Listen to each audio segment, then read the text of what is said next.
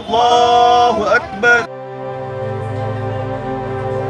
জাহাঙ্গীরনগর বিশ্ববিদ্যালয়ের চারুকলা বিভাগের শিক্ষিকা জান্নাতুল ফেরদাউস বিয়ে করেছিলেন সহপাঠীকে, কিন্তু এখনও স্বামীর ঘরে যাওয়া হয়নি তার।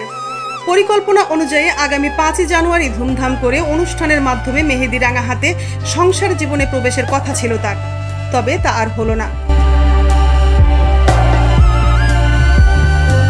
জাহাঙ্গীরনগর বিশ্ববিদ্যালয় কেন্দ্রীয় ছাত্র সংসদ জাকসু নির্বাচনে পোলিং কর্মকর্তা হিসেবে দায়িত্ব পালনকালে শুক্রবার 12 সেপ্টেম্বর সকালে অসুস্থ হয়ে মারা যান সহকারী অধ্যাপক জান্নাতুল। হল প্রশাসনে সে কাজ করেছে দায়িত্বশীলতা থাকে, সর্বশেষ তার মৃত্যুর আগ পর্যন্ত সে দায়িত্বের কারণেই এরকম একটা স্ট্রেসফুল কাজে ছিল। জান্নাতুল পাবনা প্রেস ক্লাবের সাবেক সভাপতি রুমি খন্দকারের মেয়ে। এই একমাত্র সন্তানকে হারিয়ে পাগল প্রায় মা বাবা।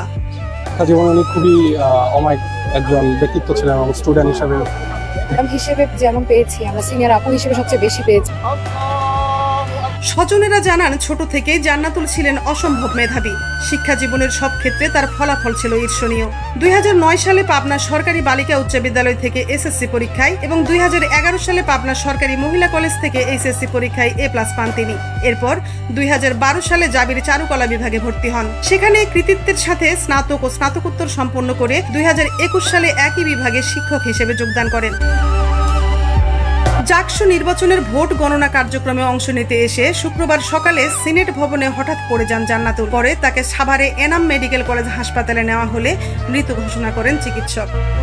মারিয়া নূর, নিউজ ডেস্ক, সময়ের কলম।